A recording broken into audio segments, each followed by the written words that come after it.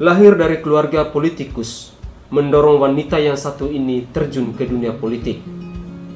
Ia bergabung dengan partai ibunya Megawati Soekarno Putri dan terpilih sebagai anggota DPR RI. Puncaknya, ia diangkat oleh Presiden Jokowi menjadi Menko Pembangunan Manusia dan Kebudayaan. Karir politiknya terus melonjak naik, hingga saat ini dia menjadi Ketua DPR RI. Inilah selengkapnya profil dari Puan Maharani.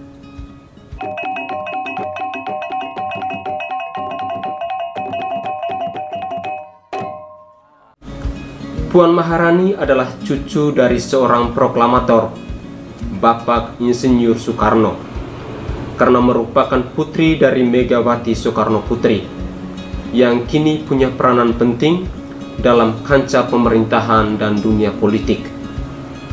Semenjak dilantik sebagai Menteri Koordinator Bidang Pembangunan Manusia dan Kebudayaan, Puan selalu membuktikan diri.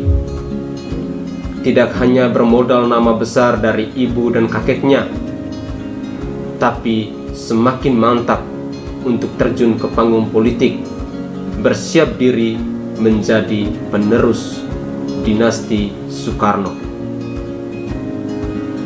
Ia juga bukan orang baru dalam politik di negeri ini.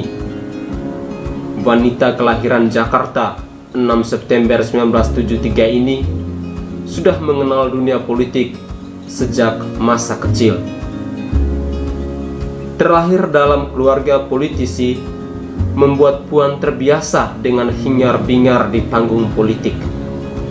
Selain itu, wanita yang berzodiak Virgo ini sudah aktif di organisasi sejak berkuliah di jurusan Ilmu Komunikasi Universitas Indonesia. Juga secara kultural keluarganya, ia adalah keluarga politisi. Sang ayah Taufik Kemas merupakan seorang politikus dan negarawan yang pernah menjabat sebagai Ketua MPR RI pada periode 2009 sampai 2014. Masa kehidupan Puan di waktu kecil sama seperti remaja lain di negeri ini. Namun saat di sampingnya hadir sosok-sosok yang terbiasa melakukan kegiatan-kegiatan politik, maka Puan pun tumbuh sebagai seorang perempuan yang melek akan dunia politik.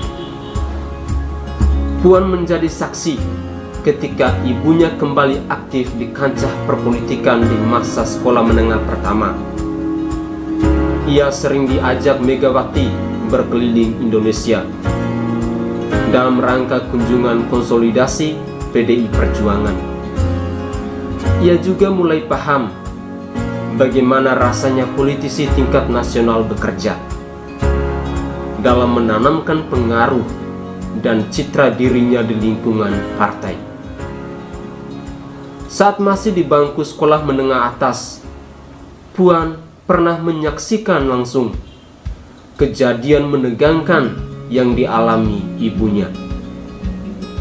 Saat itu, Megawati Soekarno Putri mendapat konfrontasi langsung oleh pihak-pihak istana di era Orde Baru yang melarang keberadaan Megawati dalam struktur PDI Perjuangan yang saat itu masih bernama PDI.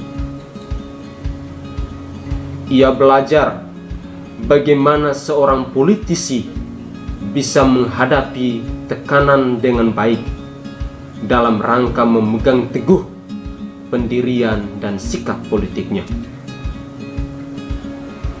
Di samping melakukan kunjungan-kunjungan, istri dari Happy Hapsoro ini pun beberapa kali pernah dipercaya sang ibu untuk melakukan kegiatan sosial. Dari situ, ia juga kemudian belajar banyak dalam mendekati wong cilik.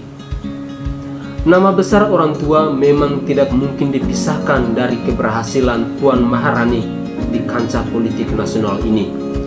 Namun, Puan sendiri pun tampaknya memang ingin membuktikan bahwa dirinya mampu dan layak menjadi politisi handal, sekaligus jadi wakil rakyat yang bertanggung jawab tanpa melihat faktor dari nama besar kedua orang tuanya. Terlepas dari urusan gender, Puan Maharani sebenarnya menginginkan PDIP diisi dengan orang-orang yang kompeten dan mempunyai integritas tinggi. Ia percaya PDIP bisa terus berkembang jika dikelola orang-orang profesional yang memiliki kesamaan visi, misi, dan ideologi. Ibu dua anak ini pun sempat merasakan magang di majalah Forum Keadilan. Majalah ini dikenal sebagai majalah dengan konten yang kritis terhadap pemerintah. Media ini dibesarkan oleh wartawan senior Karni Ilyas. Selama kuliah, Puan juga menjadi saksi bagaimana reformasi 1998 bisa diletuskan.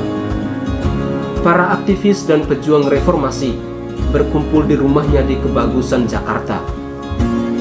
Ia pun ikut mendengar pembicaraan, suara pergerakan, sekaligus bertugas di dapur umum. Waktu terus bergulir hingga Puan semakin tertarik untuk memasuki dunia politik seperti ibunya. Pada tahun 2006, Puan menjemput penantian panjangnya.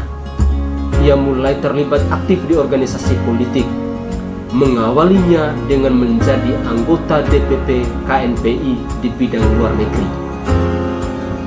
Pada pemilu tahun 2009, Puan mencalonkan diri sebagai anggota legislatif mewakili daerah pemilihan Jawa Tengah 5 yang mencakup Surakarta, Sukoharjo, Klaten, dan Boyolali. Ia berhasil mengantongi suara sebanyak 242.504 atau suara terbanyak kedua di tingkat nasional, sehingga kursi anggota DPR RI pun diraihnya. Posisi ketua fraksi PDI Perjuangan untuk periode 2009 sampai 2014 pun diembannya. Di internal partai, Puan mendapat amanah sebagai ketua bidang politik dan hubungan antar lembaga, sebuah jabatan yang dipandang strategis. Posisinya makin eksklusif sejak ditunjuk Presiden Jokowi menjadi salah satu menterinya.